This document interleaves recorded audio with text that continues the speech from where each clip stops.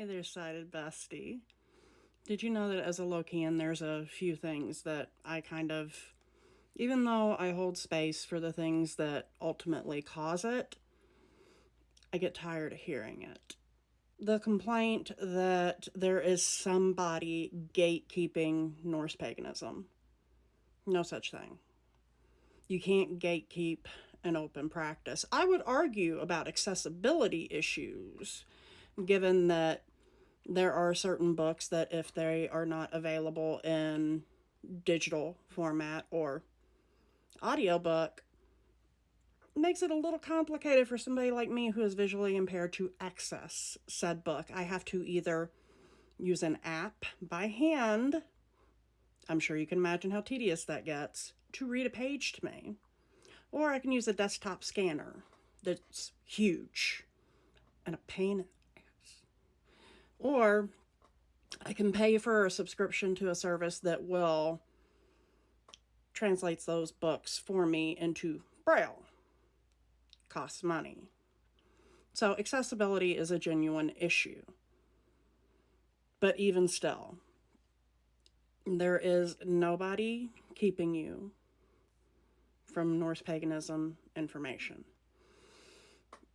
You do have to be discerning, but there are websites and creators that are dedicated to the subjects of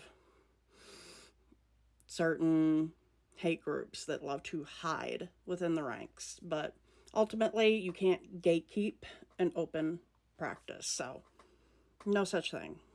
And this next one is probably going to ruffle some feathers.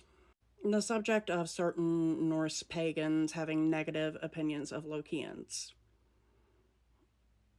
They're entitled to their opinion. Personally, why do I care? If somebody is going to decide whether or not they like me simply based on the fact that I'm a Lokean, something tells me they're probably not the type of person I would want to associate with anyway. Yes, I do check out people who are anti-Lokean, and most of the time they're people I wouldn't want to associate with anyway. But that's just, that's just me. People are, in fact, allowed to not like or distrust us. They're allowed. I would argue that sometimes, some of us do things that definitely feed into those stereotypes. I'm sure I've done some things. And here is the third one, which is a bit more nuanced. The subject of religious trauma.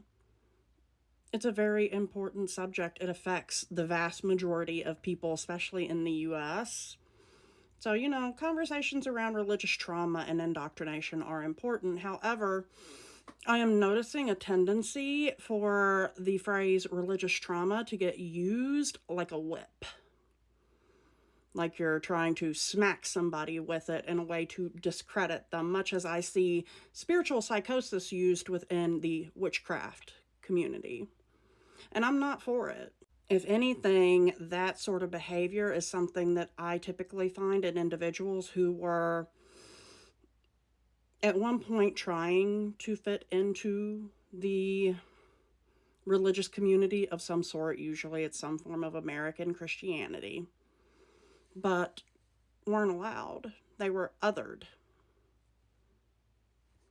And for people who've experienced that, you have my sympathies. Spoken from somebody who, literally was kicked out of churches and not invited to churches.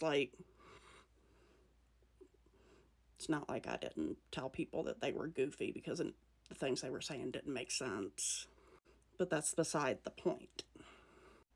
And when I say this, even I include myself in this category. Attacking people for their trauma, insulting them, ridiculing them. It's kind of starting to feel like victim blaming, and I'm not for it.